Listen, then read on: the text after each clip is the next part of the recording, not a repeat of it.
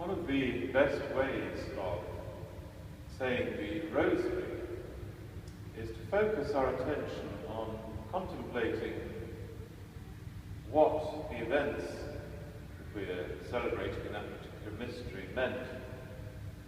First of all, to Our Lady, so that we, as it were, contemplate Jesus through her eyes.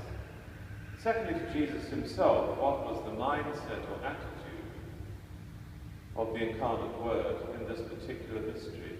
And indeed, when we call the Rosary the mysteries of the Rosary, we're implying that what we're doing is contemplating Our Lady or Jesus himself in such a way that their own attitude somehow becomes ours.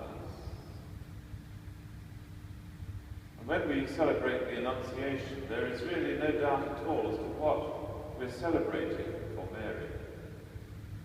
We're celebrating the way in which she was given grace to set aside the plans that she had for her life in order for something much greater, much beyond her own imagining to take place. And let's be clear about one thing. The plans that Mary had, like any young girl would have had, were very human plans for marriage, children, house, etc. But in Mary's case, they were perfectly good plans, indeed holy ones. They were not selfish plans. They were not, certainly let alone sinful plans. They were in themselves good and holy, and the precise point is that she was called to set them aside. That is what we contemplate.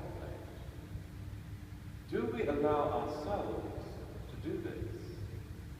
Do we have such wonderful ideas as to what God wants us to do, or to do through us, or what should be done, that we cling on to them with all the might of our poor little ego, and when God comes knocking at the door, as he did at the Annunciation, we refuse to let go, because we have our plans, our good, holy plans.